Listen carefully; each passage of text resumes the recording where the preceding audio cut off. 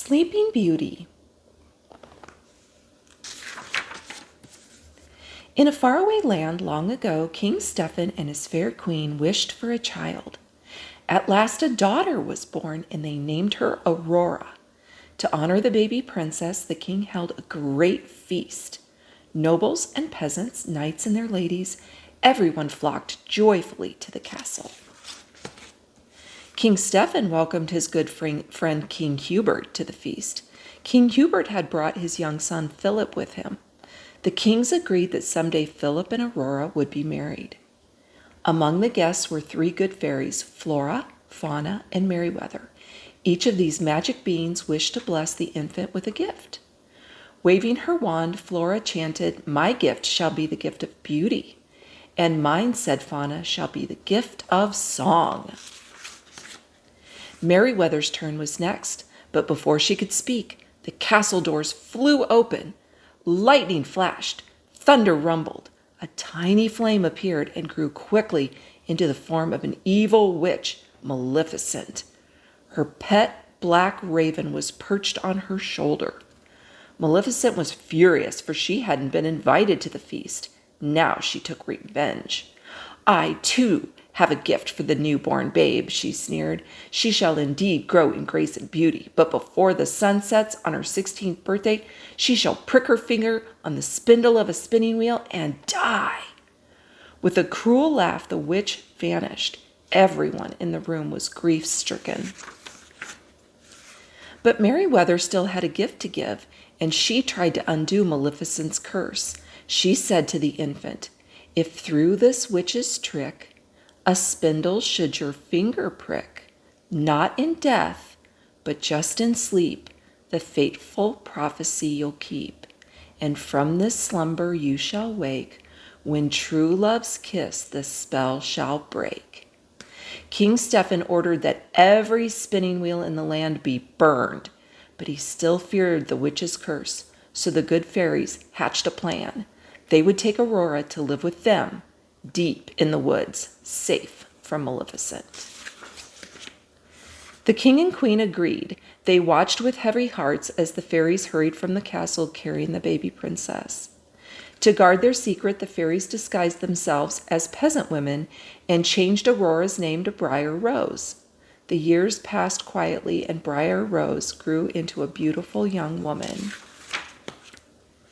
At last, the princess reached her 16th birthday. Planning a surprise, the fairies sent her out to pick berries. Fauna baked a cake for her, while the others sewed her new gown. In a mossy glen, Briar Rose danced and sang with her friends, the birds and animals. She told them of her beautiful dream about meeting a tall, handsome stranger and falling in love. A handsome young man came riding by. When he heard Briar Rose singing, he jumped from his horse and hid in the bushes to watch her. Then he reached out to take her hand. Briar Rose was startled. "I didn't mean to frighten you," the young man smiled, "but I feel like we've met before." Briar Rose felt very happy. She and her admirer gazed into each other's eyes.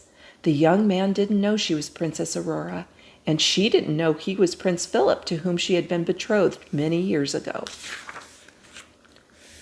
Back at the cottage, the fairies gave Briar Rose her birthday surprises. Then Briar Rose told them that she had fallen in love. "Impossible!" they cried. They told her the truth at last, that she was a royal princess, betrothed at birth to a prince. Now it was time for her to return home, so poor Aurora was led away, pining for her handsome stranger. Maleficent's raven, perched on the chimney of the cottage, had heard everything. It flew off to warn Maleficent that the princess was finally returning to her rightful home. Maleficent sped to the castle. There, using her evil powers, she lured Aurora to a high tower. In the tiny room, a spinning wheel suddenly appeared. "Touch the spindle," hissed Maleficent. "Touch it, I say." The 3 good fairies rushed to the rescue, but they were too late. Aurora had touched the sharp spindle and instantly fallen into a deep sleep. Maleficent's cruel curse had come true. Now, with a harsh laugh, the witch vanished. The fairies wept bitterly. "Poor King Stephen and the queen," said Fauna. They'll be heartbroken when they find out, said Merryweather. They're not going to, said Flora. We'll put them all to sleep until the princess awakens. So the three fairies flew back and forth, casting a dreamlike spell over everyone in the castle. Meanwhile, the witch had captured Philip and chained him in her deep down in her dungeon. But the good fairies had other plans for him. Using their magic, they melted the prince's chains. They armed him with the shield of virtue and the sword of truth. Then they sent him racing to the castle to awaken the princess.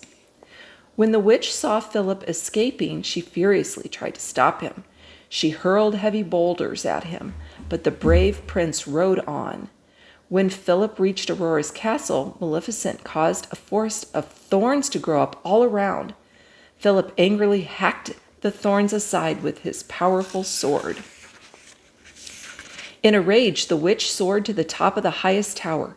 There she changed into a monstrous dragon. Now you will deal with me, O prince, she shrieked, and all the powers of evil. Maleficent breathed huge waves of flames. Philip ducked behind his strong shield. Thunder cracked, flames roared around him. The prince fought bravely. Guided by the good fairies, he flung his magic sword straight as an arrow. It buried itself deep in the dragon's evil heart, and the beast fell to its death. Maleficent was no more. Philip raced to the tower where his love lay sleeping. Gently he kissed her. Aurora's eyes slowly opened. She was awake. Now everyone awoke, smiling.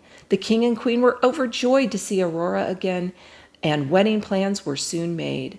The good fairies were blissful too. It had all ended just the way it should, happily ever after.